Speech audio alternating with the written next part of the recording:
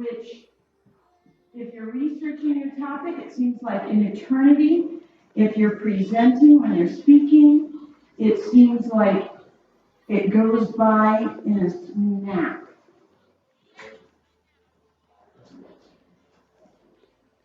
So, why do I have too many seconds?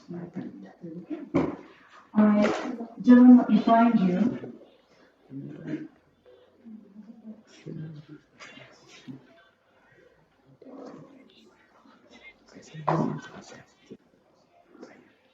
I hear music.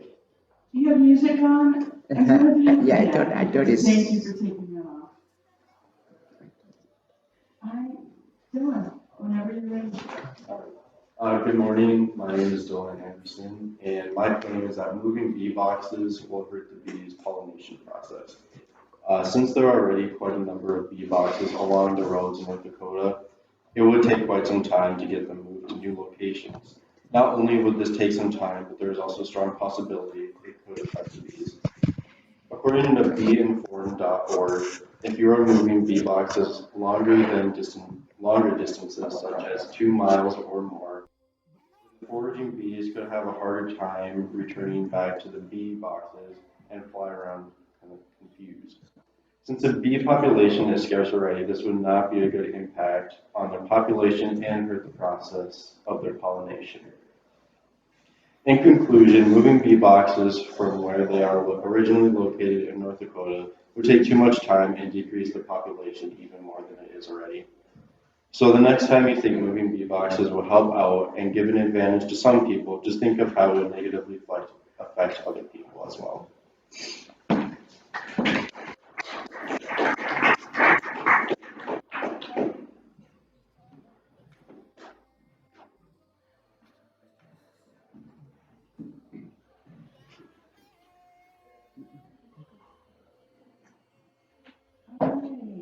Azorian. You're next. Okay. That was your intro music. Good morning. My name is Azorian. And talking about the fact that there are differential extents of wicked acts perpetrated by witches and wizards on people they follow worldwide to victimize. As recorded in the excellent book, the Holy Bible, Jesus made it clear that there are different extents or different levels of wicked devils. This is important because humans can understand that people anointed by the devil, we call them witches and wizards, they actually have differential extent of the magnitude or the adverse effects they perpetrate on the humans they follow.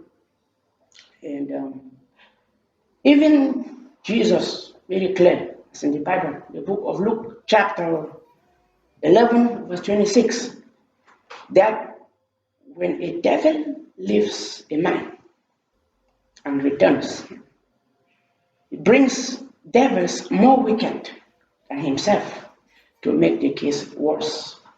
So, human beings anointed by the devil to be spiritual, or they call them witches and wizards, they perpetrate different levels of effects, their adverse effects of their wicked acts on people they follow. Before I end, I would like to make this point clear. I acknowledge the fact that some people they oppose others out of misinformation, bias. They are envious, hateful for what they hear, and but then I will end by saying that every witch or wizard targeting people to victimize worldwide portray a different level of adverse effect in all the humans they follow to victimize worldwide. Thanks.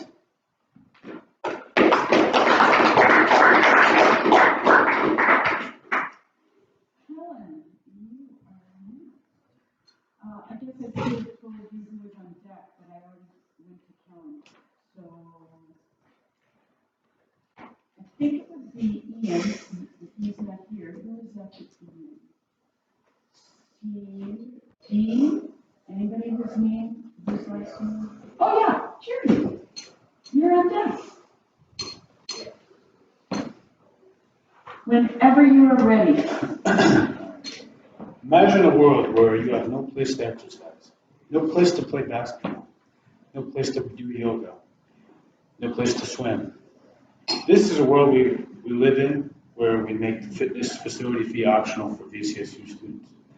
Hi, my name is Kellen, and if we make the wellness memberships optional, the wellness would fail.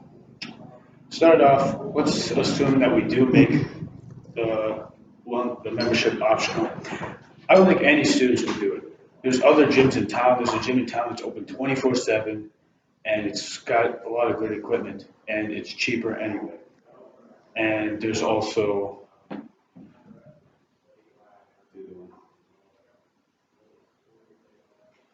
never mind. Yeah, and there was a Valley City University audit report in 2017. Fees from enrolled students made up just a little over a quarter of the annual revenue in 2016. So let's assume that 80% of students still do the membership. It still wouldn't be enough for the expenses. In the report, it said that there was a joint agreement between VC Parks and Valley City. So the students will be paying the wellness membership fees to pay off the Gakko Fitness Center for the next 99 years. There's a reason that happened because it was so expensive. They can't really afford it, so they make the students pay for it. That's the reason why. So if we just stop in conclusion, there is no way that the Gakko Wellness Center will be able to afford to let us choose if we want to membership.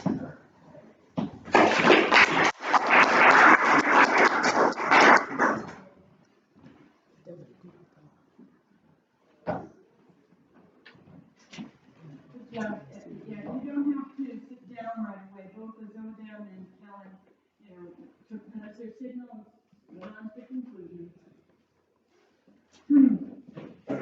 Hold on just a second.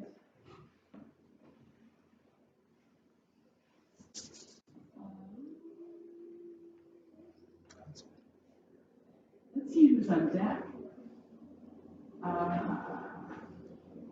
Troy is not here. Charity Gunner, you want to go on? I'm sorry? Do you, yeah. La. You could just go up. You don't have to. I don't know how I make it up. Well, we could see. I mean, you might make a couple of points. You know what, Gunner, it's your choice. So we'll have a surprise guest for the next, it'll either be Gunner, so it won't be a surprise. Hunter is not here.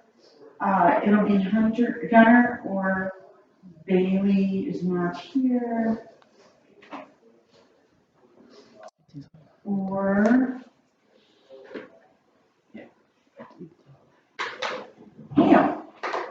So it'll either be Hunter, or Gunner, or Hale. It's not a surprise anymore. I'm sorry? It's not a surprise anymore. Oh, okay, then I'll surprise you. All right, I'll sneak up behind you and I'll say, go! All right, Charity. Hi, my name is Charity Dosh, and my opposition claim is that there's enough parking at Valley City State University to get by for students. Valley City State University doesn't have enough space to provide another parking lot. They don't have enough time or money to add another parking lot. A small parking lot costs about $75,000 according to ohiopaving.com. And it takes approximately a full week to construct the parking lot. And then it takes approximately another week for the asphalt and the concrete to dry. So in conclusion, there is no need to add another parking lot nor do we have the time or money to do it.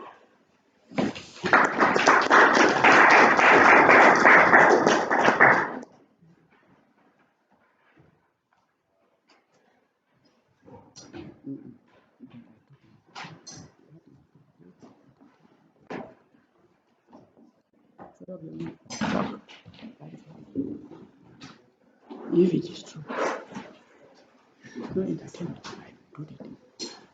If I don't.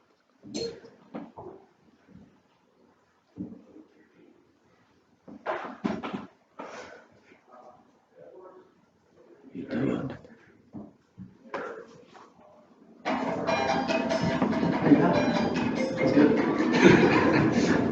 You are not prepared yet. There are some big charges. You damage big charges.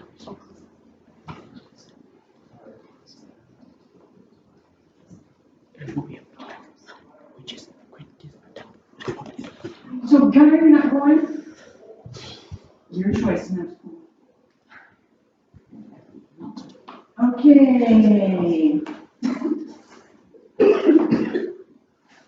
Hale. Whenever you're ready. Valley City cannot afford a curbside recycling program. It would take away important funding from essential flood protection and basic services. And it would put more load on an already stretched budget of Valley City. The City Commission would have to devote a significant amount of funds to this project in order to get it off the ground and make it work properly. Multiple specialized recycling trucks would have to be purchased, and they'd have to modify current facilities or build a new facility in order to accommodate a larger recycling load. According to the Special City Commission budget meeting minutes, Valley City is devoting a large amount of money to flood protection and city improvement right now and updates, and it does not really have the space in the budget to add a curbside recycling program.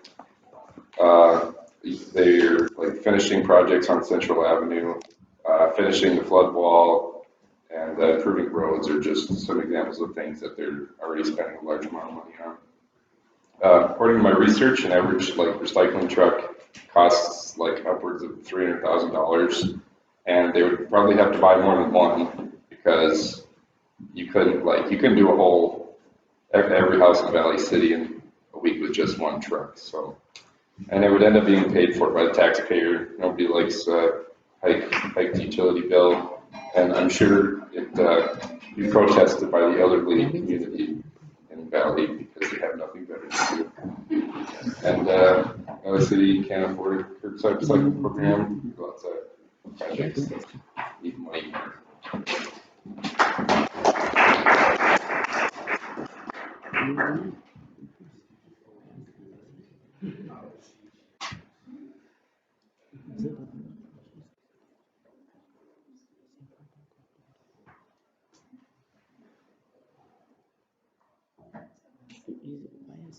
Noah.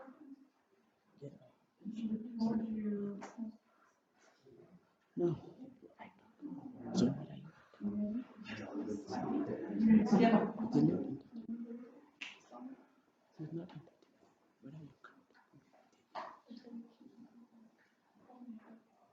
I think there's something going around. I think everybody needs to take extra care of themselves. Charity is still hurting your voice.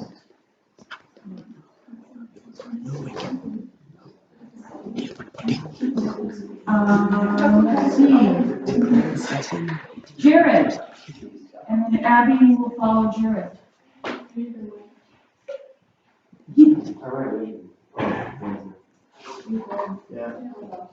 I thought you had.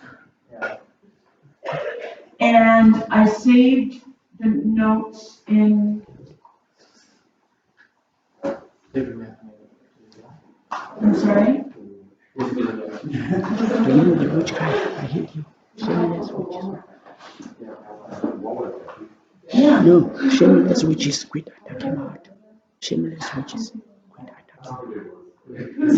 Shameless witch curse people. Quit attacking. Well, that's rather frustrating because I know, I remember some of the notes. Which is So I'll enter the notes. Did you look at my notes?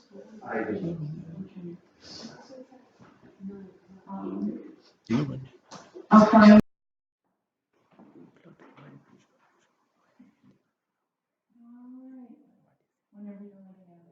Hi, I'm Abby Meyer. Have you ever wondered why Valley City doesn't have a Thunder Road? After doing some research, I found that Valley City can't afford a Thunder Road. I talked with the director at a local daycare in Valley City and a manager at a restaurant also in Valley City that was hiring and asked what the reason was for their needing of help. Both the daycare and restaurant said because no one wants to work. They can't keep employees for a long period of time. Usually they quit showing up or they put in 2-week notice because they lose interest in working. Thunder Road wouldn't be able to stay open because the restaurants, daycares, gas stations, and many other businesses can't retain their employees.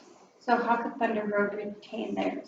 Businesses can't keep adding to Valley City when the present businesses don't have enough viable employees. So to answer my question, if you've ever wondered why Valley City doesn't have a Thunder Road, after talking with the director and manager, it seems to me that if Valley City were to get a Thunder Road, they would go out of business because of the lack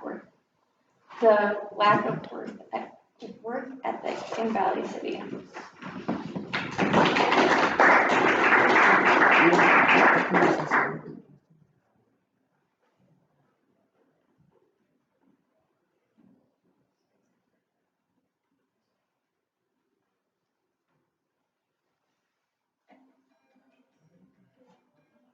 Yes.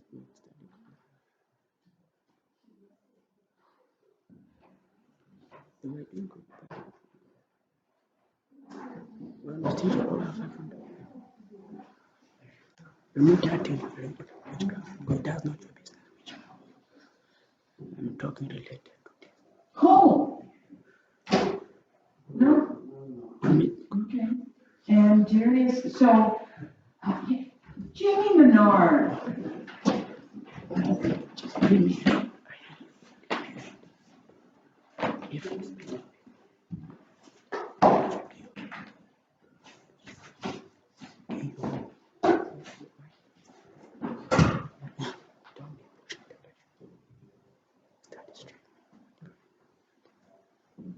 Hold on just a second.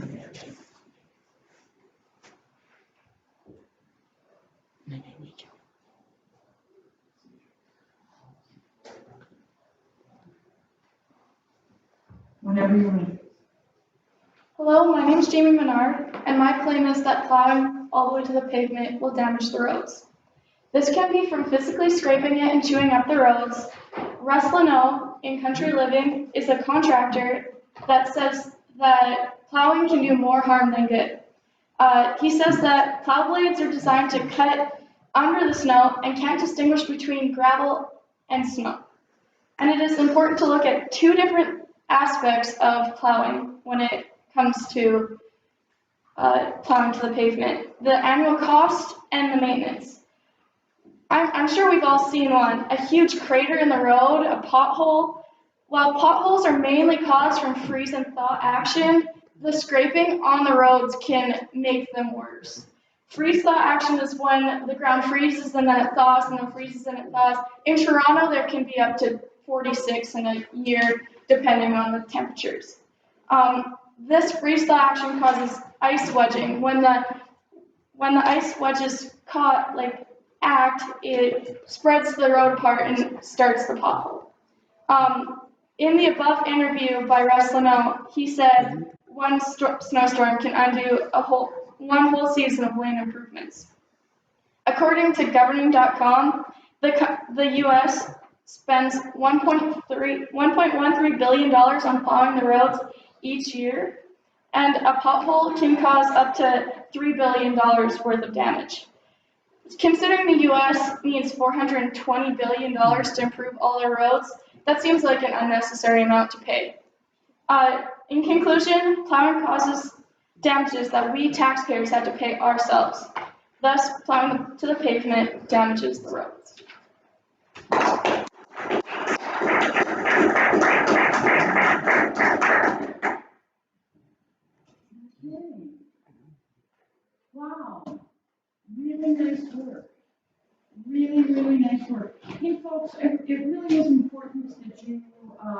at your notes, when I give you notes, okay? It's important that you look to see what I have written, because these are building blocks. At this point in the semester, in every one of your classes, okay, maybe not one, but in most of your classes, you feel like, shoot, I'm just doing busy work here. What am I doing? Am I right? Yeah, it could be this class. You might feel like, this is just busy work. I hope it's not. Because if you have chosen a topic in which you believe, you could make a difference. I can see Hale giving his, not this argument, because I don't think he's changed his mind. I think that you're sticking with your original claim. But I can see him addressing local audiences to make change in his community. And I feel that way. I'm just using him as an example because he happens to be a resident of the same community I'm a resident of. But when you go home, I think you could make a difference. So these building blocks, each speech that you've done with this topic or the opposition will build to a conclusion that I hope you present elsewhere to make effective change. So it's not busy work. Also, each one of these speeches are now going to be used in your next speech. Your next speech is essentially a compilation of all of this. For your next speech, you will be in a professional setting. You will present your speech with an attention getter. You will state your name. You will use the PowerPoint that you used for the trade show. So bring that PowerPoint back and you will update it because you have more information to add. You will include the physical, not the PowerPoint, but the other demonstration that you had for your trade show, so that people can see more information coming into the presentation or leaving the presentation. You will refute the opposition. Now, if you've changed your mind, or if between now and then you change your mind and you are going to argue in the opposition, you will still refute the opposition. So I don't think, I'm going to use Alex as an example. I don't think you've changed your mind, have you? All right, so the speech that he gave on Wednesday, where he spoke in favor of the opposition, he will state that. He might say, I know that those of you who don't accept this claim might say this, or I know some of you wonder what the opposition might say. Here's the research on that. And to that I say, he will refute the opposition. So he will now have 3 main points. He already has 2 main points in favor of his original claim. But when he refutes the opposition, that gives him an opportunity to make a 3rd main point. So you will have 3 main points. You've already done work on that. Because is there anybody here who can't refute the opposition, the opposing view that you presented on Wednesday or today? You can come up with something. Yeah. Yeah. So you have all of your research. If you've done every step, you have all of your research. Then you will conclude with a call to action. We're going to go over a call to action today and a final memorable sentence. So right now, I'd like you to get out your PowerPoint.